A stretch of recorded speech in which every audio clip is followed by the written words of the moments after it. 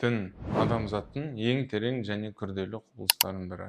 Ол сан мыңдаған жылдар бойы адам өмір сүру мен мәдениетінің негізі болып келеді. Діннің мәні мен маңызы әрбір қоғамда әртүрлі. Бірақ оның басты мақсаты адам рухани қажеттіліктерін қанағаттандыру, өмірдің терең мәніне жетелеу және адамдар арасында моральдық нормаларды қалыптастыру. Діндердің жекелеген түрлері, олардың ілімдері мен рәсімдері адамзат тарихында ерекше орын алады.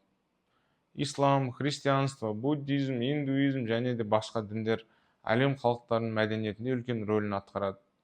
Бұл діндер адамдарды тек сенімін біріктіріп қана қоймай, сонымен қатар қоғамдағы моральдық және этикалық нормаларды анықтайды. Діннің әлеуметтік рөлі ерекше. Ол адамдарды біріктіреді, әлеуметтік желілерді қалыптастырады, өзара көмек пен қолдауға арналған қуатты механизм болып табылады. Діни қауымдастықтарда адамдар ортақ мақсаттар мен көзқарастар арқылы байланысып, бір-біріне қолдау көрсету үшін тығыз қарым-қатынаста болады. Дін мен ғылым арасындағы қарым-қатынас назарға алуды қажет етеді. Кейде дін мен ғылыми көзқарастар арасында қақтығыстар туындауы мүмкін, ал бірақ кейбір кезде олар бір-бірін толықтыра алады.